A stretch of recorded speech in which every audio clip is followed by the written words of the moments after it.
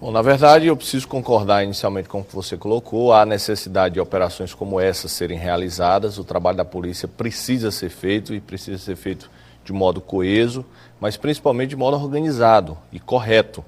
Não se admite em hipótese nenhuma falhas como essa da qual a polícia está sendo acusada. É claro que nós não chegamos ao deslinde do caso.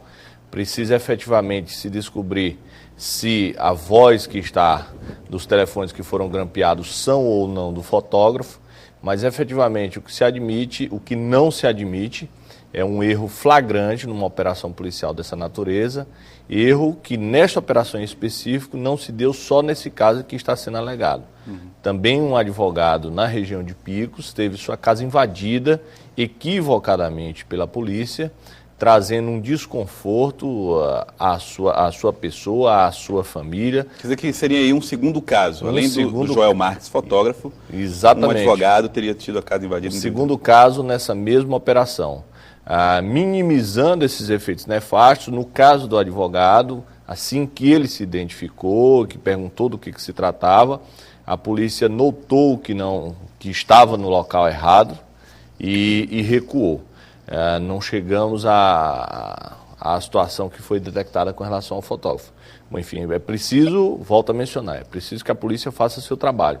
O trabalho é necessário, principalmente de repressão das drogas. É importante isso ser dito, porque senão daqui a pouco nós estaríamos desautorizando a polícia a realizar essas operações. Não é isso que se quer. A verdade quer que seja feito da forma como se costuma fazer, com rigor, com a violência necessária, na medida certa para combater a criminalidade. Agora, nesses casos que o senhor citou, tanto do advogado quanto do fotógrafo, quais são as consequências que poderia haver? De que maneira eles poderiam reagir ao que foi feito? Bom, eles têm agora à disposição os instrumentos jurídicos ou judiciais para tentar reparar os danos que foram perpetrados contra a pessoa deles e de suas famílias. A via legal nesse caso é ajuizar-se uma ação de reparação de danos morais contra o Estado, solicitando uma indenização que tenha como finalidade reparar a dor sofrida e o dano causado à figura dele e à de seus familiares. Infelizmente, você está correto, nós não estamos aqui de maneira nenhuma a desautorizar, não é a nossa função, nem desestimular ou desacreditar o trabalho da polícia, em absoluto. Ele precisa ser feito, mas precisa ser feito com rigor.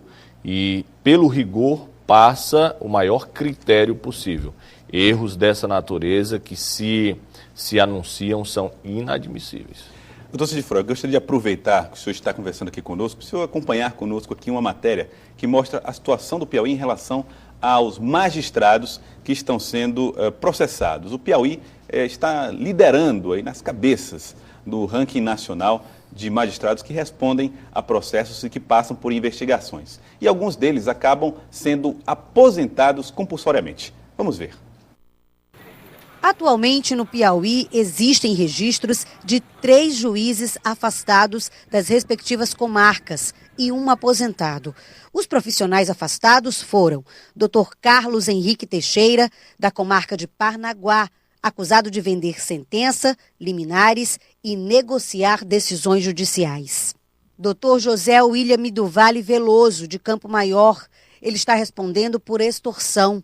Dr. José Ribamar, de Parnaíba, suspenso das funções, acusado de determinar soltura supostamente ilegal de traficantes condenados pela Justiça. O juiz aposentado foi Osório Marques Basto, de Curimatá. Ele é acusado de envolvimento em 5 homicídios praticados no Piauí e na Bahia e venda de sentença.